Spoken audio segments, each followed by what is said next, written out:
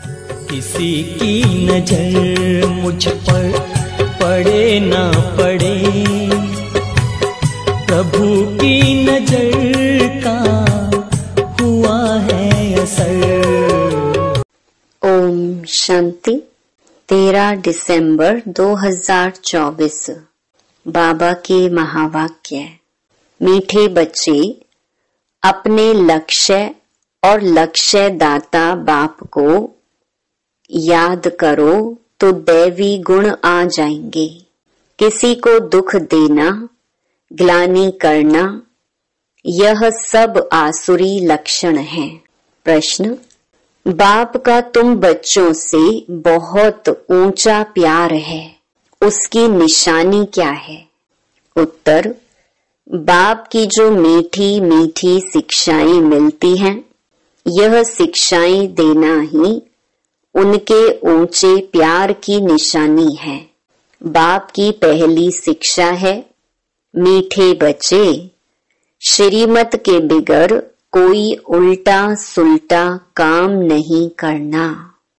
दूसरा, तुम स्टूडेंट हो, तुम्हें अपने हाथ में कभी भी लौ नहीं उठाना है।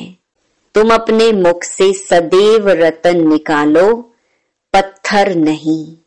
ओम शांति। बाप बैठ बच्चों को समझाते हैं। अब इनको माना लक्ष्मी नारायण को तो अच्छी रीति देखते हो। यह है एम ऑब्जेक्ट, अर्थात तुम इस घराने के थे। कितना रात दिन का फर्क है, इसलिए घड़ी घड़ी इनको देखना है। हमको ऐसा बनना है। इन्हों की महिमा तो अच्छी रीति जानते हो। यह पॉकेट में रखने से ही खुशी रहेगी। अंदर में दुविधा जो रहती है वह नहीं रहनी चाहिए। इसको देह अभिमान कहा जाता है। देही अभिमानी हो इन लक्ष्मी नारायण को देखेंगे तो समझेंगे हम ऐसे बन रहे हैं, तो जरूर इनको देखना पड़े। बाप समझाते हैं, तुमको ऐसा बनना है। मध्याजी भव, इनको देखो, याद करो। दृष्टांत बताते हैं ना। उसने सोचा मैं भैंस हूं, तो वह अपने को भैंस ही समझने लगा। तुम जानते हो, यह हमारा एम ऑब्जेक्ट है। यह बनने का है। कैसे बनेंगे? बाप की याद से। हर एक अपने से पूछे बरोबर, हम इनको देख बाप को याद कर रहे हैं। यह तो समझते हो कि बाबा हमको देवता बनाते हैं। जितना हो सके याद करना चाहिए। यह तो बाप कहते हैं कि निरंतर याद रह नहीं सकती, परंतु पुरुषार्थ करना है। भल गृहस्थ व्यवहार का कार्य करते हुए इनको लक्ष्मी नारायण को याद करेंगे तो बाप जरूर याद आएगा। बाप को याद करेंगे तो यह जरूर याद पड़ेगा। हमको ऐसा बनना है। यही सारा दिन धुन लगी रही तो फिर एक दो की ग्लानि कभी नहीं करेंगे। यह ऐसा है, फलाना ऐसा है। जो इन बातों में लग जाते हैं वह ऊंच पद पा नहीं सकेंगे, ऐसे ही रह जाते हैं। कितना सहज करके समझाया जाता है, इनको याद करो, बाप को याद करो तो तुम यह बन ही जाएंगे। यहाँ तो तुम सामने बैठे हो। सभी के घर में यह लक्ष्मी नारायण का चित्र जरूर होना चाहिए। कितना एक्यूरेट चित्र है। इनको याद करेंगे तो बाबा याद आएगा। सारा दिन और बातों के बदले यही सुनाते रहो। फलाना ऐसा है, यह है। किसकी निंदा करना, इसको दुविधा कहा जाता है। तुम्हें अपनी दैवी बुद्धि बनाना है। किसको दुख देना, ग्लानि करना, चंचलता करना, यह स्वभाव नहीं होना चाहिए। इसमें तो आधा कल्प रहे हो। अभी तुम बच्चों को कितनी मीठी शिक्षा मिलती है। इनसे ऊंच प्यार दूसरा कोई होता नहीं। कोई भी उल्टा सुलटा काम श्रीमत बिगड़ नहीं करना चाहिए। बाप ध्यान के लिए भी डायरेक्शन देते हैं, सिर्फ भोग लगाकर आओ। बाबा यह तो कहते नहीं कि वैकुंठ में जाओ, रास विलास आदि करो। दूसरी जगह गए तो समझो माया की प्रवेशता हुई। माया का नंबर 1 कर्तव्य है पतित बनाना। बेकायदे चलन से नुकसान बहुत होता है। हो सकता है फिर कड़ी सजाएं भी खानी पड़े अगर अपने को संभालेंगे नहीं तो। बाप के साथ साथ धर्मराज भी है, उनके पास बेहद का हिसाब किताब रहता है। रावण की जेल में कितना वर्ष सजाएं खाई हैं। इस दुनिया में कितना अपार दुख है। अभी बाप कहते हैं और सब बातें भूल एक बाप को याद करो और सभी दुविधा अंदर से निकाल दो। विकार में कौन ले जाते हैं? माया के भूत। तुम्हारा एम ऑब्जेक्ट है ही यह राजयोग है ना। बाप को याद करने से यह वर्षा मिलेगा, तो इस धंधे में लग जाना चाहिए। किचड़ा सारा अंदर से निकाल देना चाहिए। माया की पराकाष्ठा भी बहुत कड़ी है, परंतु उनको उड़ाते रहना है। जितना हो सके याद की यात्रा में रहना है। अभी तो निरंतर याद हो न सके, आखिरी निरंतर तक भी आएंगे तब ही ऊंच पद पाएंगे। अगर अंदर दुविधा खराब ख्यालात होंगे तो ऊंच पद मिल नहीं सकता। माया के वश होकर ही हार खाते हैं। बाप समझाते हैं बच्चे गंदे काम से हार मत खाओ। निंदा आदि करते तो तुम्हारी बहुत बुरी गति हो गई है। अभी सदगति होती है तो बुरे कर्म मत करो। बाबा देखते हैं माया ने गले तक ग्रास मतलब हप कर लिया है। पता भी नहीं पड़ता है। खुद समझते हैं हम बहुत अच्छा चल रहे हैं, परंतु नहीं। बाप समझाते हैं मनसा वाचा कर्मणा मुख से रतन ही निकलने चाहिए। गंदी बातें करना पत्थर है। अभी तुम पत्थर से पारस बनते हो तो मुख से कभी पत्थर नहीं निकलने चाहिए। बाबा को तो समझाना पड़ता है। बाप का हक है बच्चों को समझाना। ऐसे तो नहीं भाई भाई को सावधानी देंगे। टीचर का काम है शिक्षा देना। वह कुछ भी कह सकते हैं। स्टूडेंट को हाथ में लॉ नहीं उठाना है। तुम स्टूडेंट हो ना। बाप समझा सकते हैं, बाकी बच्चों को तो बाप का डायरेक्शन है। एक बाप को याद करो। तुम्हारी तकदीर अभी खुली है। श्रीमत पर ना चलने से तुम्हारी तकदीर बिगड़ पड़ेगी, फिर बहुत पछताना पड़ेगा। बाप की श्रीमत पर ना चलने से एक तो सजाएं खानी पड़े, दूसरा पद भी भ्रष्ट। जन्म जन्मांतर कल्प कल्पांतर की बाजी है। बाप आकर पढ़ाते हैं तो बुद्धि में रहना चाहिए बाबा हमारा टीचर है, जिनसे यह नई नॉलेज मिलती है कि अपने को आत्मा समझो।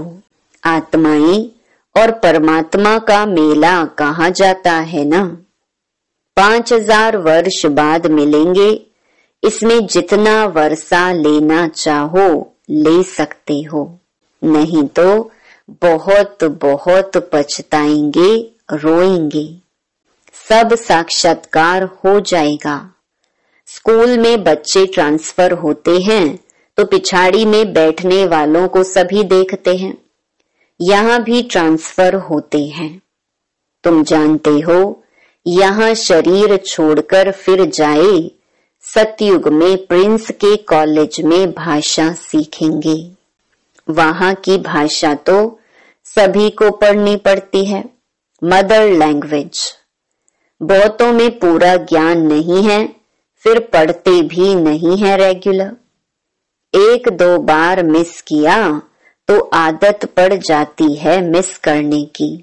संग है माया के मुरीदों का।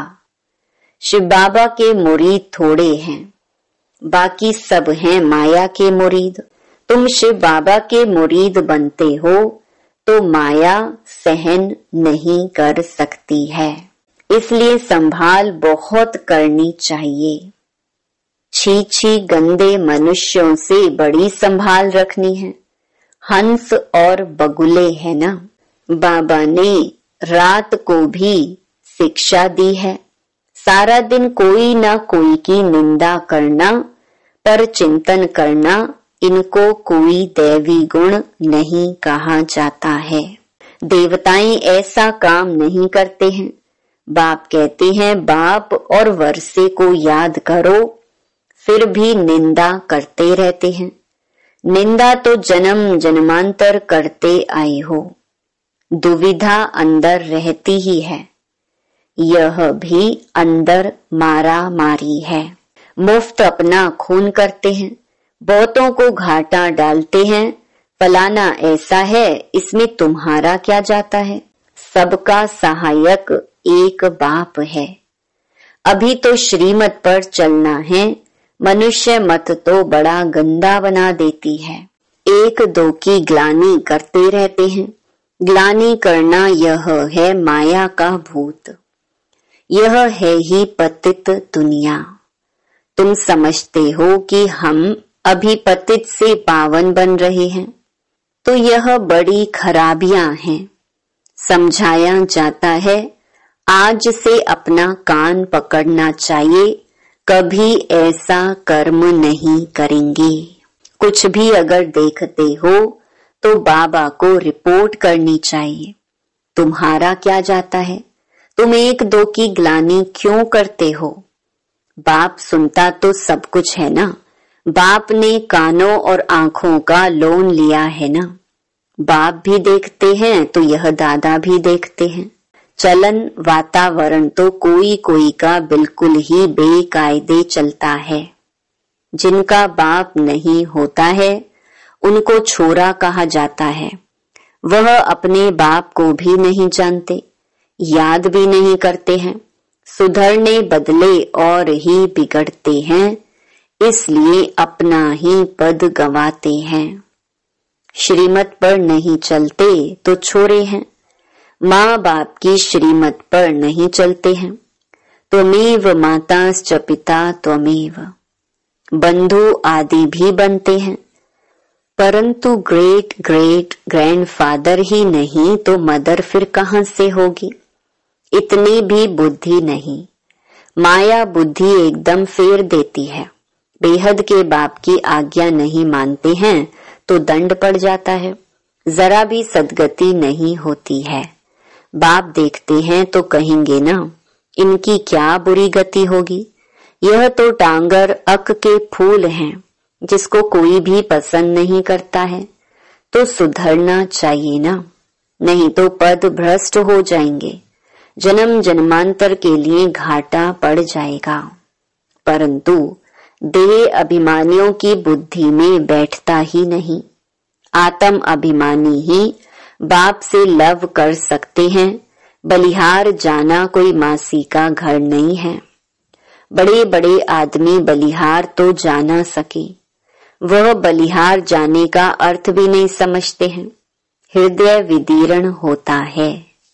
बहुत बंधन मुक्त भी हैं, बच्चा आदि कुछ भी नहीं है। कहते हैं बाबा आप ही हमारे सब कुछ हो। ऐसे मुख से कहते हैं, परंतु सच नहीं। बाप से भी झूठ बोल देते हैं। बलिहार गए तो अपना ममत्व निकाल देना चाहिए। अभी तो पिछाड़ी है तो श्रीमत पर चलना पड़े। मिल्कियत आदि से भी ममत्व निकल जाए। बहुत हैं ऐसे बंधन मुक्त, शिव बाबा को अपना बनाया है, एडॉप्ट करते हैं ना। यह हमारा बाप टीचर सतगुरु है, हम उनको अपना बनाते हैं, उनकी पूरी मिल्कियत लेने। जो बच्चे बन गए हैं वह घराने में जरूर आते हैं, परंतु फिर उसमें पद कितने हैं, कितने दास दासियां हैं। एक दो पर हुक्म चलाते हैं, दासियों में भी नंबरवार बनते हैं। रॉयल घराने में बाहर के दास दासियां तो नहीं आएंगे ना। जो बाप के बने हैं उनको बनना है। ऐसे ऐसे बच्चे हैं जिनमें पाई का भी अक्ल नहीं है। बाबा ऐसे तो कहते नहीं कि मम्मा को याद करो व मेरे रथ को याद करो। बाप कहते हैं माँ मेकम याद करो। देह के सब बंधन छोड़ अपने को आत्मा समझो।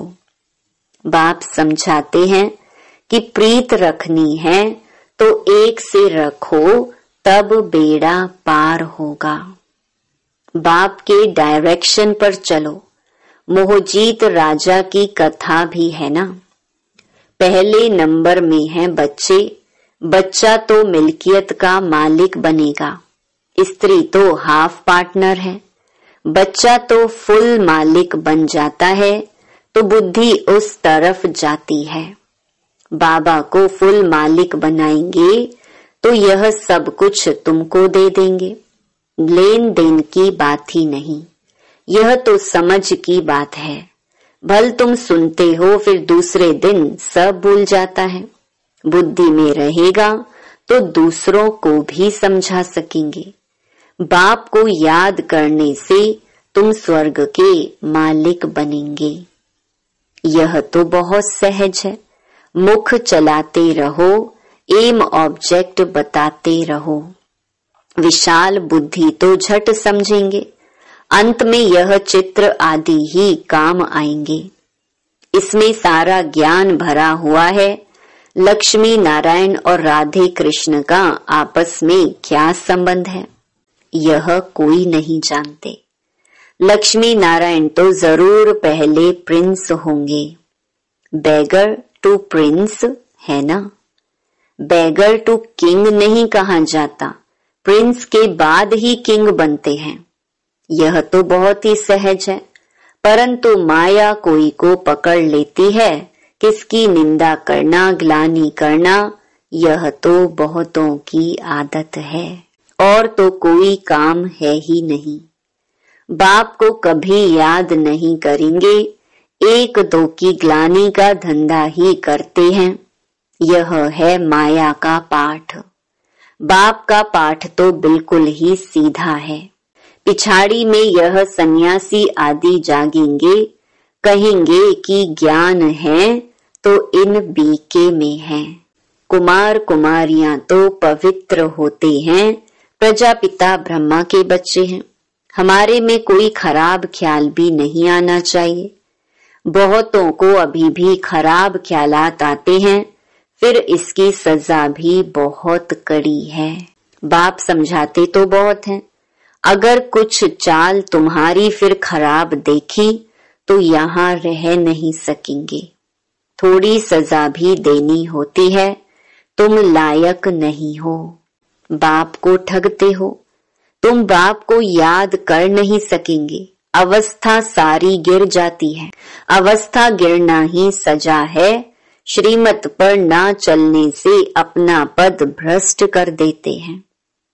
बाप के डायरेक्शन पर ना चलने से और ही भूत की प्रवेशता होती है। बाबा को तो कभी कभी ख्याल आता है कहीं बहुत कड़ी कड़ी सजाएं अभी ही शुरू ना हो जाएं। सजाएं भी बहुत गुप्त होती है ना, कहीं कहीं पीड़ा ना आए। बहुत गिरते हैं, सजा खाते हैं। बाप तो सब इशारे में समझाते रहते हैं। अपनी तकदीर को लकीर बहुत लगाते हैं, इसलिए बाप खबरदार करते रहते हैं। अभी गफलत करने का समय नहीं है। अपने को सुधारो। अंत घड़ी आने में कोई देरी नहीं है। अच्छा, मीठे मीठे सिकिलधे बच्चों प्रति माता पिता बाप दादा का याद प्यार और गुड मॉर्निंग। रूहानी बाप की रूहानी बच्चों को नमस्ते। धारणा के लिए मुख्य सार। पहला, कोई भी बेकायदे श्रीमत के विरुद्ध चलन नहीं चलनी है। स्वयं को स्वयं ही सुधारना है। छी गंदे मनुष्यों से अपनी संभाल करनी है। दूसरा, बंधन मुक्त हैं तो पूरा पूरा बलिहार जाना है। अपना ममत्व निकाल देना है। कभी भी किसी की निंदा व परचिंतन नहीं करना है।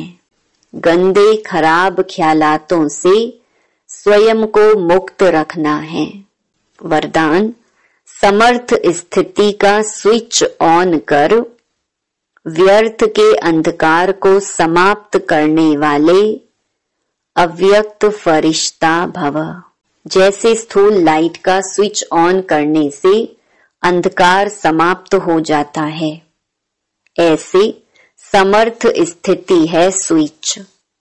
इस स्विच को ऑन करो तो व्यर्थ का अंधकार समाप्त हो जाएगा। एक एक व्यर्थ संकल्प को समाप्त करने की मेहनत से छूट जाएंगे। जब स्थिति समर्थ होगी तो महादानी वरदानी बन जाएंगे, क्योंकि दाता का अर्थ ही है समर्थ।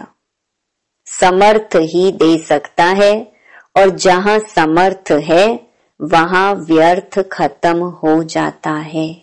तो यही अव्यक्त फरिश्तों का श्रेष्ठ कार्य है। स्लोगन, सत्यता के आधार से सर्व आत्माओं के दिल की दुआएं प्राप्त करने वाले ही भाग्यवान आत्मा हैं। ओम शांति।